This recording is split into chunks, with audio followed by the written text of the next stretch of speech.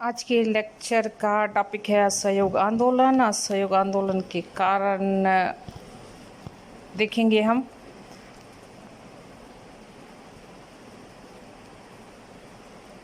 सबसे पहला कारण आता है युद्ध का परिणाम। प्रथम महायुद्ध के दौरान मित्र राष्ट्रों ने घोषणा की थी कि वे लोकतंत्र की रक्षा के लिए लड़ रहे हैं तथा वे आत्मनिर्णय के सिद्धांत में विश्वास रखते हैं। युद्ध समाप्ति के बाद यूरोप में उपयुक्त घोषणा अनुसार कुछ नए राज्यों का निर्माण किया गया, परंतु मित्र राष्ट्रों ने अपने अधिकृत उपनिवेशों को गुलामी की जंजीरों से मुक्त नहीं किया। फलस्वरूप पराधीन राष्ट्रों में राष्ट्रीय आंदोलन को शक्ति मिली। भारत भी इस प्रभाव से अछूता न रह पाया और युद्ध के बाद भारतीय राष्ट्रीय आंदोलन का स्वरूप बदल गया और उसने एक नई दिशा की ओर कदम बढ़ाया। दूसरा कारण है आर्थिक स्थिति। प्रथम महायुद्ध के बाद भारतीयों की आर्थिक दशा अत्यंत शोचनीय हो गई थी। युद्ध संबंधी खर्चे, साजो सामान, खाद्यान्न, शस्त्र, कच्चा माल इत्यादि भारत को ही वहन करने पड़े थे। इससे भारत सरकार कर्ज के बोझ से दब गई। मुद्रास्फीति के कारण वस्तुओं की कीमतों में अत्यधिक वृद्धि हो गई और किसान पर बढ़ते लगान व करों का बोझ था। जनसाधारण के लिए जीवन निर्वाह करना अत्यंत कठिन। मजदूरों की स्थिति और ज़्यादा खराब। जनता में असंतोष, सरकार विरोधी भावनाएं तीव्र होती चली गई और ऐसी स्थिति में गांधी जी को असहयोग की नीति का प्रयोग करने का अवसर प्रदान किया। तीसरा कारण है प्लेग का प्रकोप। विषम आर्थिक स्थितियों को प्लेग और इन्फ्लुएंजा के प्रकोप ने और अधिक शोचनीय बना दिया। बहुत से लोगों की मृत्यु हो गई। सरकार ने रोगों की रोकथाम के लिए और जनता को दुख दूर करने के कोई प्रयास नहीं किए। इसके विपरीत जनता को पुलिस एवं सेना के अत्याचारों का सामना करना पड़ा। फलस्वरूप जनता में असंतोष बढ़ता ही चला गया। फोर्थ कारण है अकाल। 1917 में अनावृष्टि के कारण देश के अनेक भागों में फसलें नष्ट हो गई, जिससे अकाल की स्थिति उत्पन्न हो गई। इसमें कई लोग भूख से मर गए, परंतु सरकार ने अकाल का प्रकोप कम करने तथा जनता का दुख दूर करने के कोई विशेष प्रयास नहीं किए। इससे जनता में ब्रिटिश सरकार के प्रति असंतोष निरंतर बढ़ता चला गया। सरकारी दमन चक्र। फिफ्थ कारण है इंग्लैंड में ब्रिटिश सरकार भारतीयों को राजनीतिक सुधार का आश्वासन तो दे रही थी, किंतु भारत में उसके अधिकारी राष्ट्रीय आंदोलन को कुचलने के लिए कड़े कदम उठा रहे थे।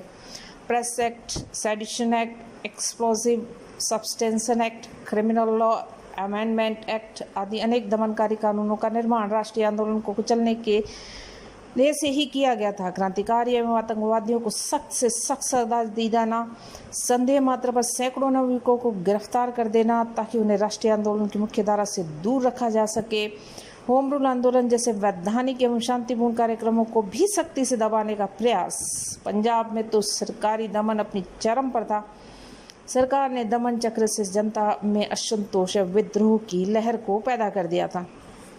छठा कारण है मॉन्टफोर्ट सुधार से असंतोष। युद्ध के दौरान भारतीयों ने ब्रिटिश सरकार को भरपूर सहयोग दिया था और सरकार ने भी युद्ध समाप्ति के बाद भारतीयों को स्वशासन देने का आश्वासन। युद्ध समाप्ति के पश्चात सरकार ने मॉन्टफोर्ट सुधार की घोषणा कर डाली, लेकिन इन सुधारों में जनता को संतुष्ट नहीं किया। भारत में उत्तरदायी शासन की स्थापना नहीं हुई थी। भारत सरकार पर इंग्लैंड की सरकार का नियंत्रण पहले से की भांति बना रहा। स्थानीय स्वशासन को भी बढ़ावा नहीं मिला। इसमें लोगों में असंतोष बढ़ा और ब्रिटिश सरकार में विश्वास भी जाता रहा। सेवंथ कारण है रॉलेट अधिनियम। रॉलेट अधिनियम और जलियांवाला बाग हत्याकांड ने भारतीय जनता के धैर्य एवं संयम को समाप्त कर दिया। इसने गांधी जी को सत्याग्रह आंदोलन आरंभ करने के लिए विवश कर दिया। आठवां कारण है हंटर समिति का प्रतिवेदन। कांग्रेस के बार बार आग्रह और सर्वव्यापी असंतोष को देखते हुए 19 अक्टूबर 1990 को सरकार ने जलियांवाला बाग का हत्याकांड की जांच के लिए हंटर समिति की घोषणा कर दी। इस समिति के प्रतिवेदन में जलियांवाला बाग हत्याकांड में सरकार का कोई दोष नहीं बताया गया। प्रतिवेदन में कहा गया कि भीड़ की अधिकता को देखते हुए गोली चलाना पूर्णतः न्यायोचित था। डायर की कृतित्व को केवल निर्णय लेने की भूल बताया गया। हंटर समिति के भारतीय सदस्यों ने गोलीकांड के संबंध में इतना ही कहा कि इसका उद्देश्य लोगों को आतंकित करना था। इसके विपरीत कांग्रेस द्वारा नियुक्त समिति, जिसमें गांधी जी, जयकर, तैयब जी तथा CR दास सम्मिलित थे, ने डायर के कार्यों की निंदा करते हुए कहा कि डायर ने बिना सोचे समझे केवल भावावेश में आकर कदम उठाया। कांग्रेस समिति के प्रतिवेदन में यह भी कहा गया कि निर्दोष लोगों का, जिनमें बच्चे भी सम्मिलित थे, कत्लेआम अमानवीय अत्याचारों का नमूना है और ब्रिटिश शासन के इतिहास में अपनी क्रूरता में बेजोड़ है। भारत सरकार ने गलत निर्णय लेने के आधार पर डायर को नौकरी से हटा दिया, किंतु भारतीयों को जैसी आशा थी इस हत्याकांड से संबंधित अपराधियों को सख्त सजा दी जाएगी और मृत व्यक्तियों के परिवारों को मुआवजा, पैसा कुछ भी नहीं हुआ। सरकार ने मुआवजे के नाम पर एक पैसा नहीं दिया और घायलों की चिकित्सा में भी सरकार ने कोई रुचि नहीं दिखाई। विपरीत इंग्लैंड की संसद ने हाउस ऑफ लॉर्ड्स के बहुत से अनुदारवादी सदस्यों ने जनरल डायर की सहायता के लिए 26,000 पाउंड की धनराशि एकत्रित कर डाली और ब्रिटिश साम्राज्य के रक्षक के रूप में सम्मान के रूप में तलवार भेंट की। जलियांवाला बाग के सत्याग्रह का इंग्लैंड में किए गए स्वागत सम्मान ने भारतीयों को काफी आहत किया और इस घटना से भारतीयों की अंग्रेज विरोधी भावना तीव्र होती चली गई। नवा कारण है खिलाफत आंदोलन। प्रथम विश्व युद्ध के पूर्व तुर्क साम्राज्य के सुल्तान अब्दुल हमीद द्वितीय दुनिया भर के मुसलमानों के खलीफा थे।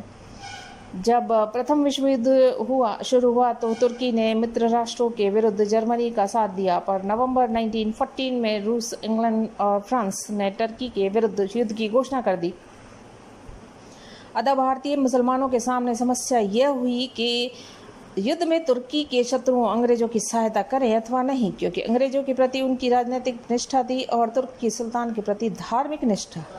मौलाना अल हसन अब्दुल वारी, हकीम अजमल, डॉक्टर मुख्तार अहमद अंसारी, मौलाना अब्दुल कलाम आज़ाद, मोहम्मद अली और शौकत अली बंधु आदि अनेक प्रमुख नेता तुर्की के समर्थक थे। बंगाल विभाजन को रद्द करने की वजह से बंगाली मुसलमान भी अंग्रेजों से नाराज थे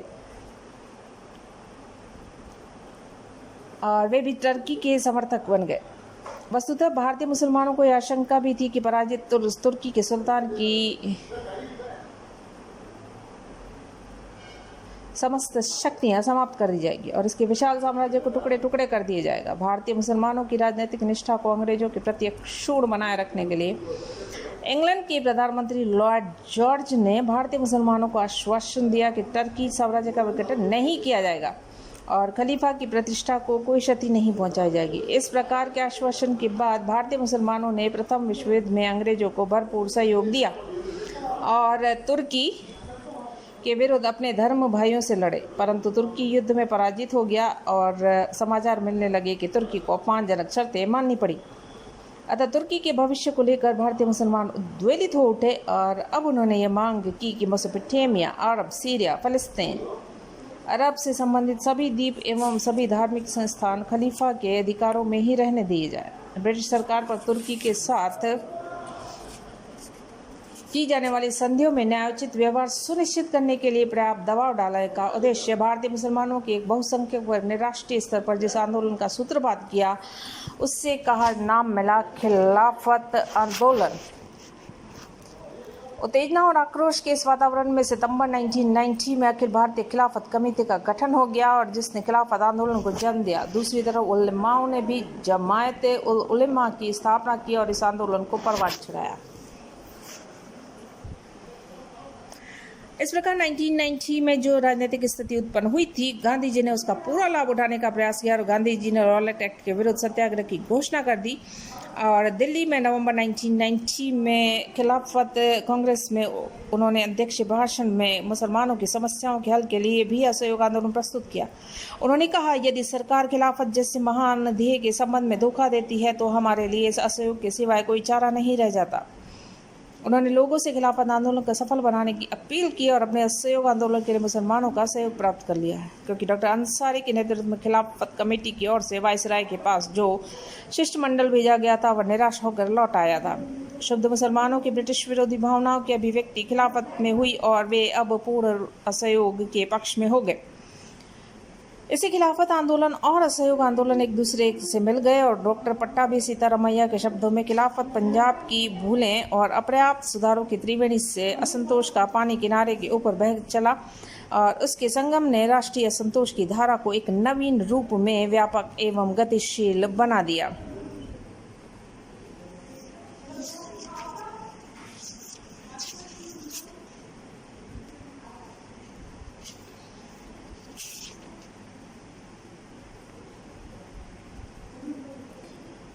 आंदोलन की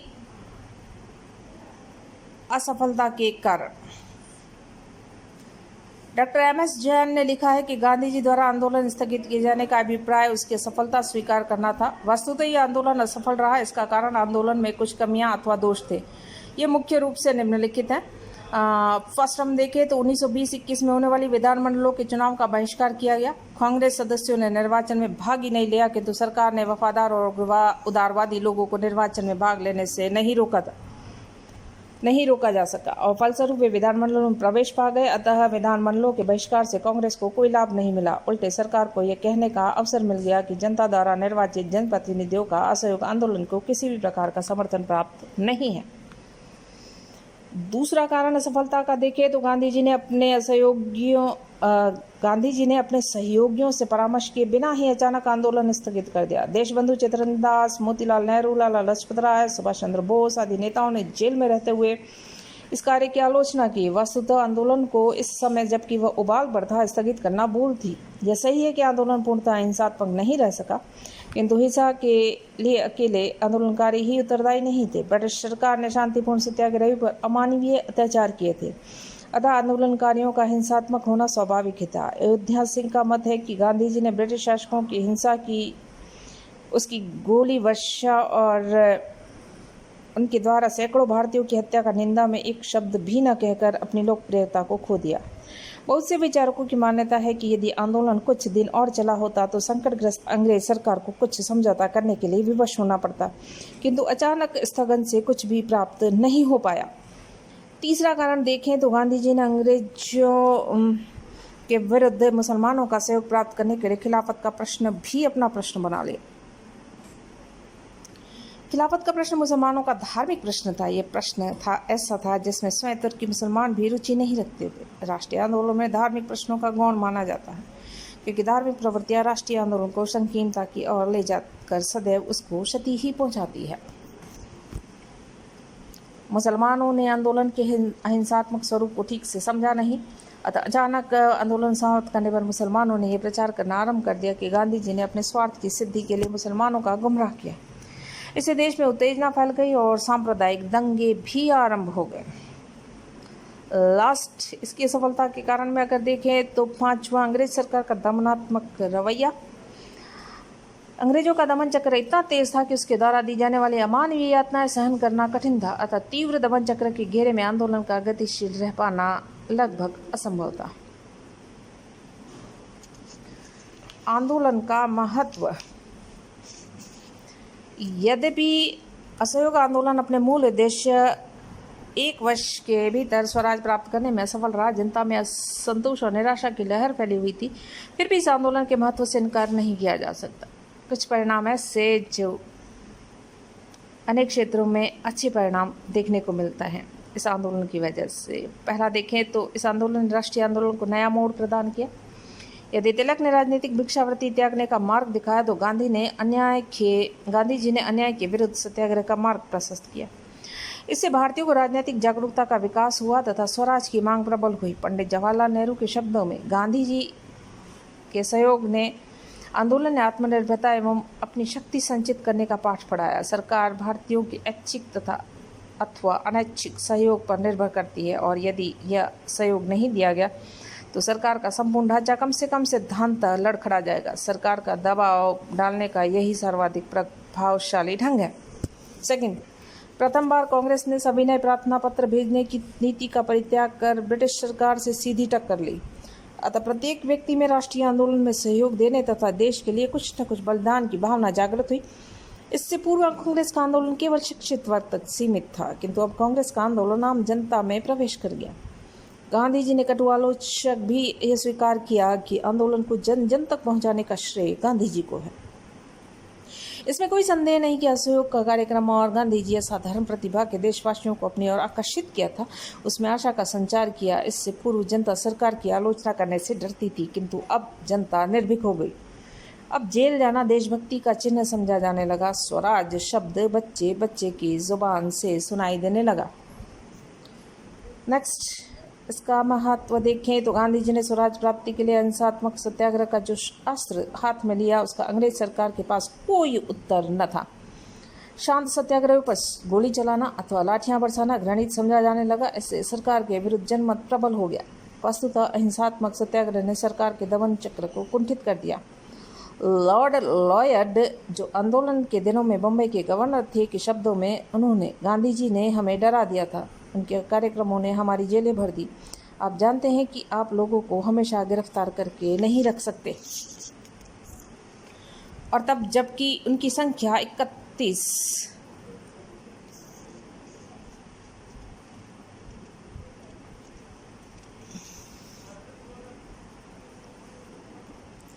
और अगर उन लोगों ने उनका गांधी जी दूसरा कदम उठाया होता, टैक्स देने से इनकार कर दिया होता, तो ईश्वर जाने तब हम कहाँ होते। अतः भविष्य में होने वाले राष्ट्रीय आंदोलन के लिए यह हथियार महत्वपूर्ण सिद्ध हुआ। चौथा, आंदोलन के दौरान कांग्रेस ने अनेक रचनात्मक कार्य किए। राष्ट्रीय शिक्षण संस्थाओं की स्थापना, चरखा जलाना, खादी तैयार करना, स्वदेशी माल को अपनाना आदि। इन रचनात्मक कार्यों ने जनता और नेताओं को एक सूत्र में बांध दिया। विदेशी वस्तुओं के बहिष्कार से आर्थिक शोषण की नीति में रुकावट पैदा हो गई। देशी कपड़ों का उपयोग, उसमें भी हाथ के बने सूत से हथकरघा पर बुने कपड़ों के चलन से ब्रिटिश सरकार की आमदनी पर गहरा प्रभाव पड़ा। शराब बहिष्कार से आबकारी रिपोर्टों से पता चला आय में बहुत कमी हो गई। बिहार व उड़ीसा, बम्बई और पंजाब में क्रमशः 10 लाख, 6 लाख तथा 33 लाख रुपए की कमी आ गई। इसे सरकार छटपटा रही थी। उसने सोचा था भी नहीं था कि इस प्रकार इस आंदोलन से इतना नुकसान उठाना पड़ेगा। असहयोग आंदोलन का मूल्यांकन करते हुए कोपलैंड लिखते हैं कि उन्होंने, यानी गांधी जी ने, वह किया जो तिलक नहीं कर सके थे। उन्होंने राष्ट्रीय आंदोलन को क्रांतिकारी आंदोलन में बदल दिया। इस प्रकार नेताजी सुभाष चंद्र बोस ने लिखा है कि महात्मा जी ने कांग्रेस को एक नया विधान ही नहीं दिया, अपितु इससे एक क्रांतिकारी संगठन में परिवर्तित कर दिया। देश के कोने कोने से एक जैसे नारे लगाए जाने लगे और एक जैसी नीति तथा एक जैसी विचारधारा सर्वत्र दृष्टिगोचर होने लगी।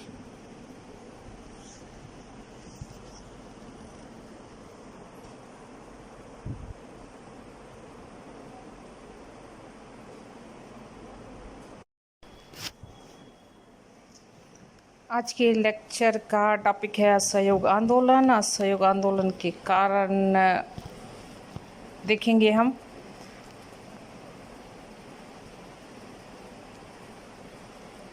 सबसे पहला कारण आता है युद्ध का परिणाम। प्रथम महायुद्ध के दौरान मित्र राष्ट्रों ने घोषणा की थी कि वे लोकतंत्र की रक्षा के लिए लड़ रहे हैं तथा वे आत्मनिर्णय के सिद्धांत में विश्वास रखते हैं।